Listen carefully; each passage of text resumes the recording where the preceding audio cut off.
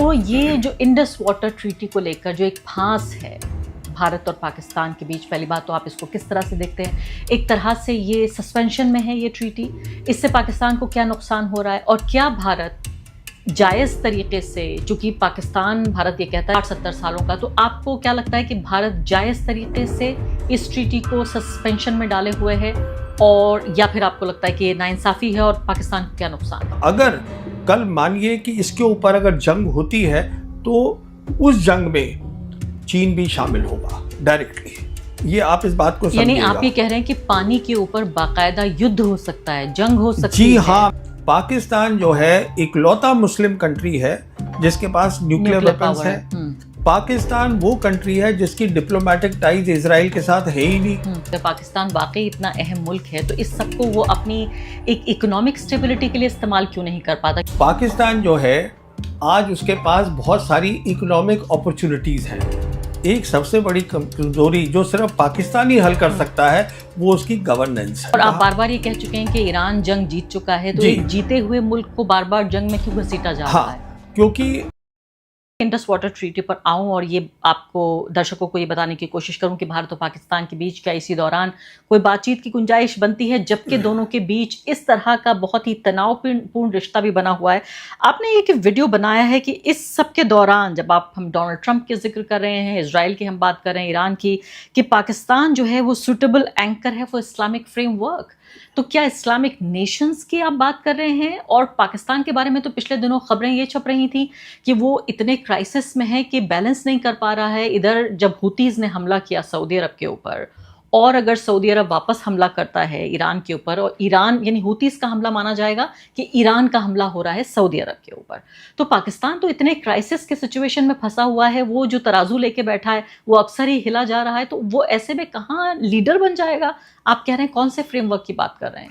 देखिए, मैं बात कर रहा हूँ आपसे बहुत सीधी कि जहाँ तक पाकिस्तान है, पाकिस्तान इकलौता मुल्क है जिसके पास ऐसी काबिलियत है कि वो एंकर हो सकता है इस्लामिक फ्रेमवर्क का। पहले तो इसका मतलब क्या है, इस्लामिक फ्रेमवर्क का मतलब ही क्या है, ये देखिए।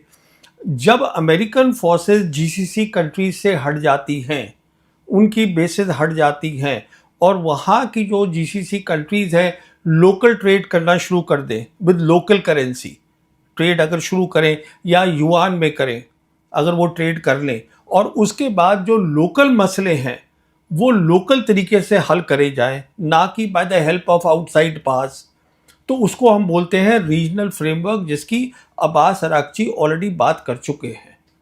अब ये रीजनल फ्रेमवर्क में क्या होगा अगर वहाँ से सिक्योरिटी हट जाती है? जैसे आप जानती हैं कि सऊदीज़ ने एक डिफेंस एग्रीमेंट करा पाकिस्तान के साथ, कतर भी बात कर रहा है वैसी एग्रीमेंट की, आज कुवैत भी वही बात कर रहा है वैसी एग्रीमेंट की। तो पाकिस्तान ही एक ऐसा मुल्क है जो रिप्लेस कर सकता है सिक्योरिटी को for the GCC countries once the American bases हट जाती है। वो क्यों? वो देखिए सुनिए, पाकिस्तान जो है इकलौता मुस्लिम कंट्री है जिसके पास न्यूक्लियर वेपन्स है। पाकिस्तान वो कंट्री है जिसकी डिप्लोमेटिक टाइज इजराइल के साथ है ही नहीं। पाकिस्तान वो कंट्री है जो ओआईसी की 57 कंट्रीज हैं, उनके वेस्ट एशिया में जो ओआईसी की कंट्रीज हैं सबके साथ रिश्ते अच्छे हैं। पाकिस्तान वो कंट्री है जो आज मल्टीपोलर वर्ल्ड में तीनों बड़ी ताकतें पाकिस्तान से बात करना चाहती हैं। पाकिस्तान वो मुल्क है जिसकी जो कन्वेंशनल कैपेबिलिटीज है, जहाँ तक वेस्ट का ताल्लुक है, जहाँ तक वेस्ट एशिया का ताल्लुक है, अमेरिका का ताल्लुक है, दे आर क्रेडिबल, वो बहुत अच्छी हैं। तो कहने का मतलब ये है कि पाकिस्तान, अच्छा एक बात आपको मैं और बताऊं, 17 जून को जब ये एमओयू साइन हुआ है, कई लोगों का इसका इल्म नहीं है कि 17th of June the MOU was sign. 23rd June को जो ईरान के प्रेसिडेंट है Pezeshkian, he made a visit to Islamabad. वहां पे उन्होंने कई बातें करी, बताया गया। मेरे हिसाब से सबसे इंपॉर्टेंट बात ये हुई होगी कि देखिए अब जो है एमओयू साइन हो गया है, ये फाइनल डील में तब्दील होगा तो एक रीजनल फ्रेमवर्क बनेगा, उसके लिए हमें एक एंकर चाहिए। तो जहाँ तक पाकिस्तान का ताल्लुक है, इसीलिए 14 और 15 जुलाई को, जब 8 जुलाई को डोनाल्ड ट्रंप ने फिर से लड़ाई शुरू कर दी, 14 और 15 जुलाई को field marshal Asim Munir he paid a visit to Turkey. हाँ, वो भी हमें मालूम है, रिपोर्ट किया था वहां पर जी। टर्की प्रेसिडेंट खुद उनको रिसीव भी लेने किया। आए, हाँ। So they have discussed various, because they नहीं, हैव आपकी बात मैं समझ रही हूँ। आप जो जिस तरह से ये पूरा नक्शा आप खींच रहे हैं, अगर पाकिस्तान वाकई इतना अहम मुल्क है तो इस सबको वो अपनी एक इकोनॉमिक स्टेबिलिटी के लिए इस्तेमाल क्यों नहीं कर पाता? क्योंकि अभी भी देखिए, आप इस पूरे जंग के दौरान भी यूएई ने इस बात को लेकर धमकी दे दी कि हम पैसे आपसे वापस ले लेंगे जो हमने आपको लोन दिया है।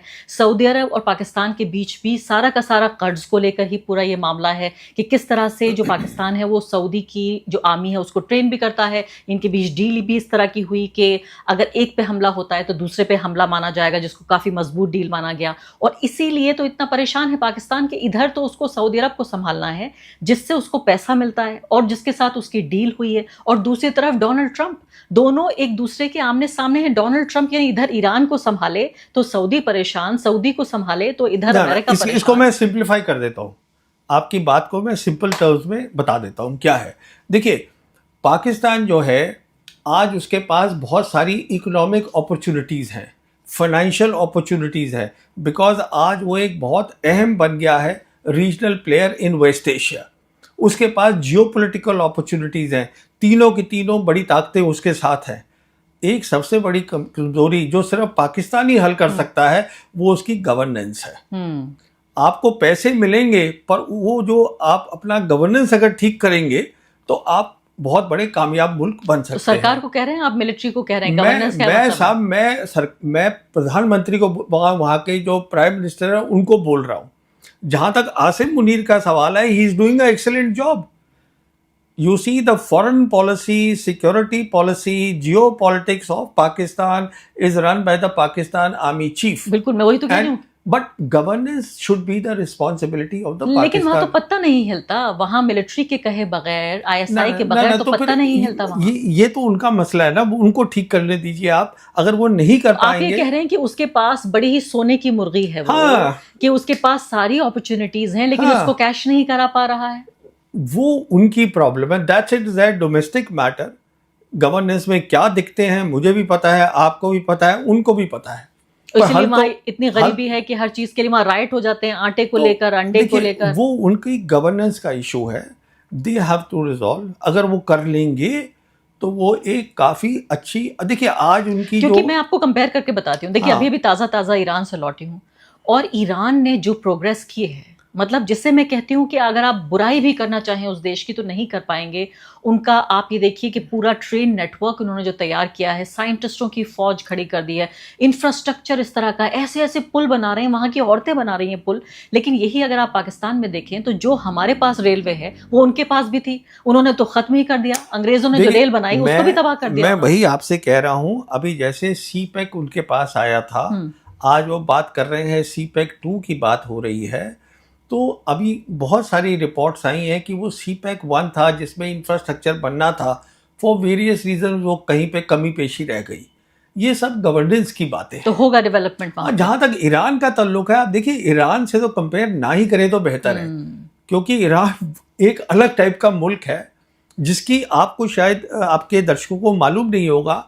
उनकी जीडीपी सिर्फ 300 बिलियन है। वो लड़ाई कर रहे हैं एक ऐसे मुल्क के साथ जिसकी 32 ट्रिलियन है। वाह, ये आप समझने की कोशिश करिए। वहां पर सब पढ़े लिखे लोग हैं ईरान में। ईरान से मैं कंपेयर नहीं कर रहा हूँ, मैं सिर्फ आपसे ये अर्ज कर रहा हूँ, पाकिस्तान के पास आज जो अपॉर्चुनिटीज हैं और वो कम नहीं हुई हैं, वो बड़ी हैं।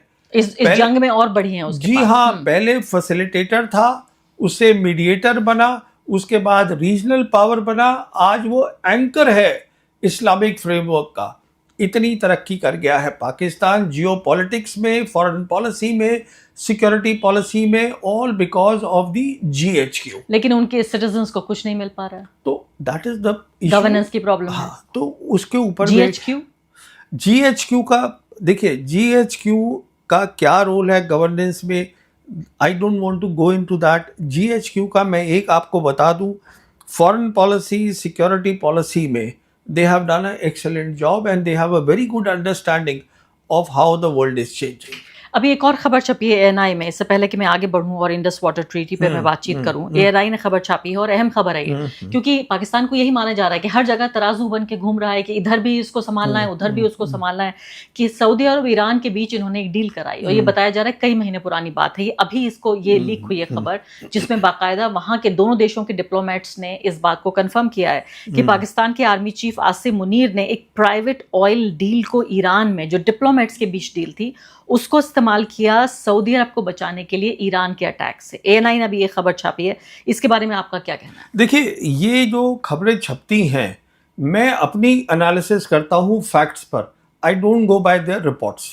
मैं ज़्यादा इनको अहमियत देता नहीं हूँ, पर मैं आपको सिर्फ इतना बताना चाहूँगा कि आज जो है पाकिस्तान जो पब्लिकली कह रहा है वो एक बात है, अदरवाइज पाकिस्तान जो बैकडोर में या मतलब पब्लिक के उसमें नहीं बोल रहा है, सऊदी से, ईरान से, वो सब पाकिस्तान की बात मान रहे हैं और इज्जत कर रहे हैं। मैं ये आपसे कहने की कोशिश कर रहा हूँ, क्योंकि ईरान को भी देखिए, एमओयू जो है, एमओयू को उन्होंने नाम ही दिया है इस्लामाबाद एमओयू। वो इस्लामाबाद की ख्वाहिश से हुआ है, क्योंकि वो उनके यहाँ हो रहा था। ईरान देखिए, वो डेस्टिनेशन था, तो इसलिए इस्लामाबाद बन गया। नहीं, ईरान वो मुल्क नहीं है। ईरान जो है इमोटिव तरीके से फॉरेन पॉलिसी नहीं चलाएगा। नहीं, उन्होंने फिर जो डेलीगेशन गया, जो फ्यूनरल में अयतुल्ला अली खामनेई के फ्यूनरल में जो पाकिस्तान से डेलीगेशन गया, उसको भी अलग ही इज्जत दी। तो और इतना हाई पावर डेलीगेशन के आर्मी चीफ और प्राइम मिनिस्टर दोनों ही पहुंच गए थे। वही तो आपसे कह रहा हूँ ना। अभी एक और खबर आई थी कि उनके जो ईरान के इंटीरियर मिनिस्टर हैं, वो भी 2 दिन पहले इस्लामाबाद में थे। तो ठीक है, इंटीरियर मिनिस्टर हैं तो वो बॉर्डर की भी बात हुई, लेकिन इस सब के अलावा इन्हें जरूरत भी है। जैसे ईरान जो है बिजली भेजता है पाकिस्तान को, ये उनकी बराबर डील है, क्योंकि देखिए पाकिस्तान, आप जो बातें कह रहे हैं सही हो सकती हैं और सही होंगी जब आप कह रहे हैं, लेकिन इसके साथ साथ अगर उनका इकोनॉमिक ढांचा देखें आप, तो वाकई पाकिस्तानी अवाम के साथ भी कितना बड़ा जुल्म है ये कि उनकी हुकूमत इकोनॉमिकली पूरे तरीके से ढांचा चरमरा रहा है, लोगों के पास रोजगार नहीं है। आप सोचिए, इकोनॉमिक राइट्स हो रहे हैं, ज्यादातर आबादी दूसरे मुल्कों में जाके काम करती है। हमारे यहाँ क्या हो रहा है? चलिए खैर, इस सब्जेक्ट गवर्नेंस का है, समस्याएं हैं। अभी ये जो हमारे यहाँ डेमोन्स्ट्रेशन है, व्हाट इज दिस अबाउट? लेकिन ये भी तो एक अच्छी बात है, ये भी तो जॉब्स हैं, लेकिन ये अच्छी बात है लोकतंत्र। चलिए देखिए, ये बातों पे मैं गवर्नेंस पे टिप्पणी नहीं करना चाहूंगा, क्योंकि मुझे इसमें मुझे समझ है, पर ऐसी कोई डीप एक्सपर्टीज नहीं है कि मैं इस पे कमेंट करूं। अब मुझे पूछ लेने दीजिए आप, इस सब के दौरान जो हमारी विदेश नीति है खासकर, अब मोदी जी तो बहुत बिजी हो गए हैं ये कॉकरोच जनता पार्टी को संभालने में, कि भाई ये सड़कों पे आके पूरा सैलाब लाए हुए हैं, तो ऐसे में कहाँ उन्हें वक्त मिलेगा कि वो कहीं दूसरे देश भी उनको जाना होगा। मैं तो सोच रही हूँ कि इस दौरान उनके कैलेंडर में जितनी विदेश यात्राएं भी लिखी होंगी, वो सब रद्द कर रहे होंगे वो एक एक करके, क्योंकि उनके लिए बड़ा मुश्किल है देश से बाहर भी जाना। तो ये जो इंडस वाटर ट्रीटी को लेकर जो एक फांस है भारत और पाकिस्तान के बीच, पहली बात तो आप इसको किस तरह से देखते हैं? एक तरह से ये सस्पेंशन में है ये ट्रीटी, इससे पाकिस्तान को क्या नुकसान हो रहा है, और क्या भारत जायज़ तरीके से, चूंकि पाकिस्तान, भारत ये कहता है का, तो आपको क्या लगता है कि भारत जायज़ तरीके से इस ट्रीटी को सस्पेंशन में डाले हुए है, और या फिर आपको लगता है कि ये नाइंसाफ़ी है और पाकिस्तान को क्या नुकसान है इससे? देखिए, जो नदियाँ होती हैं वो सिविलाइजेशन के साथ चलती हैं। जब हिंदुस्तान पाकिस्तान का बंटवारा हुआ तो उसका नदियों का उसमें कोई रोल नहीं था। हमने जंगें लड़ी, कभी भी इंडस वाटर ट्रीटी के ऊपर कोई भी दोनों साइड ने कुछ नहीं बोला, क्योंकि शायद हम दोनों समझ रहे थे कि हम एक ही सिविलाइजेशन है। हिंदुस्तान एक वो सिविलाइजेशन है जो एक नहीं है, वो एक रेनबो है सिविलाइजेशंस का। यहाँ पर वैदिक पीरियड है, हिंदू किंगडम्स रही हैं, मुगल एम्पायर रहा है, ब्रिटिश एम्पायर रहा है, सब रहे हैं यहाँ पर, and that is what India is. अब अगर आप उसमें से 200-250 साल का इतिहास हटा दे तो उसमें दिक्कत है ना, बिकॉज है तो वो आपका कल्चर ही। अब आप रिवर्स में तो वो नहीं हटा सकते ना, पानी तो वहीं बहेगा। तो कहने का मतलब ये है, द वेरी फैक्ट कि आज ये नौबत आ गई है कि हम पानी की बात कर रहे हैं, उनको पानी का जो डेटा है वो सप्लाई नहीं कर रहे हैं, वो तो सीधी सी जाहिर बात है हम अपनी सिविलाइजेशन को भी कहाँ मान रहे हैं। आप ये भी तो बात देखिए ना, क्योंकि सिंदूर के वक्त में भी तो यही बात हुई थी कि हम पाकिस्तान का पानी रोक देंगे। तो ये किसी भी सरकार ने हिंदुस्तान की पहले नहीं किया है, और हमने बहुत जंगें लड़ी हैं, जाहिर है। क्योंकि ये तो देखिए, ये ट्रीटी 1960 में बनी थी और ये बात क्लियर हो गई थी कि ये रिवर्स टू सिविलाइजेशन के साथ चलती है। और मेरे हिसाब से आज जो है दुनिया में टेररिज्म, दूसरी बात मैं आपसे कहना चाहूँगा, टेररिज्म कोई इशू नहीं है। हम जाके बोलते रहते हैं, कितने लोग मानते हैं हमारी बात मुझे मालूम नहीं है, क्योंकि एविडेंस ये है कि पाकिस्तान भी बोलता है कि ये टेररिज्म कर रहे हैं हमारे ऊपर, तो वो नलीफाई हो गया। अगर सुनिए, पूरी बात सुन लीजिए। ये तो कहने का मतलब ये है कि टेररिज्म से जो बड़ा इशू आज बन गया है वो पानी का है। पानी का इसलिए है कि एक तो क्लाइमेट चेंज हो रहा है, नदियों के अंदर जो है मौसम बदल रहे हैं, कई चीज़ें हो रही हैं। इस टाइम पर डेटा शेयर करना, इस टाइम पे बताना कि हम जो अपनी नदी है उसके ऊपर हम नए हाइड्रो इलेक्ट्रिक प्रोजेक्ट्स बना रहे हैं, वो क्या होगा, ये सब शेयर करना हमारे लिए ज़रूरी है पाकिस्तान के साथ, क्योंकि हम एक ही सिविलाइजेशन के हैं। आपकी बात दुरुस्त है बिल्कुल, लेकिन नहीं, मेरी बात ही खत्म नहीं हुई। जी। आपने ये बहुत अहम बात शुरू करी है जिसको पूरा खत्म करना बहुत ज़रूरी है। तो कहने का मतलब ये है कि जहाँ तक पानी का ताल्लुक है, वहाँ भी जैसे आप बोल रही हैं गुर्बत है, एग्रीकल्चर वहाँ बहुत है। उनको जो अगर उनको आप नहीं देंगी टाइम के ऊपर तो उनके एग्रीकल्चर को प्रॉब्लम हो जाती है। अच्छा, अब इसमें चीन भी शामिल हो गया है, पर चीन जो है वो हमारी सिविलाइजेशन का नहीं है, ठीक है ना। उनकी भी एक नदी है जो उनका ब्रह्मपुत्र है, पर इंडस जो है आती सब वहीं से ही है, आती वहीं से है, पर ये तो हमारी सिविलाइजेशन की बात है। मेरा कहने का मतलब ये है कि जैसे दोनों मुल्क हमने तय किया था 1988 में, एक अग्रीमेंट करा था हमने, हिंदुस्तान पाकिस्तान ने, प्राइम मिनिस्टर राजीव गांधी और प्राइम मिनिस्टर बेनज़ीर भुट्टो ने, कि हम जो है अपनी न्यूक्लियर फैसिलिटीज़ की लिस्ट को 1 जनवरी हर साल एक्सचेंज करेंगे, और वो हमने फिर उसको रेटिफाई किया। देखिए, वो रेटिफाई करने के बाद ये हुआ, और उसके बाद हर साल जो है हम उसको एक्सचेंज करते हैं। तो आप न्यूक्लियर की तरह इस बात को मानिएगा, क्योंकि जैसे न्यूक्लियर सिविलाइजेशन को तबाही दे सकता है ह्यूमैनिटी को, वैसे ही पानी ह्यूमैनिटी को अफेक्ट करता है। और अगर कल मानिए कि इसके ऊपर अगर जंग होती है तो उस जंग में चीन भी शामिल होगा डायरेक्टली। ये आप इस बात को समझिएगा। यानी आप ये कह रहे हैं कि पानी के ऊपर बाकायदा युद्ध हो सकता है, जंग हो सकती जी है। हाँ, मैं और हिंदुस्तान और पाकिस्तान के बीच, और अगर जंग होती है तो उसमें चीन भी उसका पार्ट बन जाएगा। जब टेररिज्म पे जंग हुई थी, ऑपरेशन सिंदूर हुआ था, उस समय चीन डायरेक्टली शामिल नहीं हुआ था, मदद कर रहा था। हाँ, बिल्कुल। मैं आपसे ये कह रहा हूं, और ये एक इशू है जो मुझे रात को बहुत चिंता कर, I get worried, because I know cat water wars can turn into a hot war, और उस वॉर के अंदर China will get directly involve, क्योंकि वजूद का सवाल है, पानी तो वजूद है। अरे साहब, पानी की बात है। चाइनीज जो हैं, उनके जो विक्टर गांव हैं, जो उनके स्पोक्स पर्सन हैं, जो ईरान लड़ाई में भी बोल रहे हैं, जो हमारे ऑपरेशन सिंदूर में भी बोल रहे थे, उन्होंने साफ बोला है कि जहां तक पानी का ताल्लुक है, हम ऊपर बैठे हैं, आप बीच में बैठे हो, और नीचे पाकिस्तान है। बिल्कुल। और इसी बात पे श्याम सरन ने एक आर्टिकल भी लिखा है, लेकिन इससे पहले कि मैं आऊं,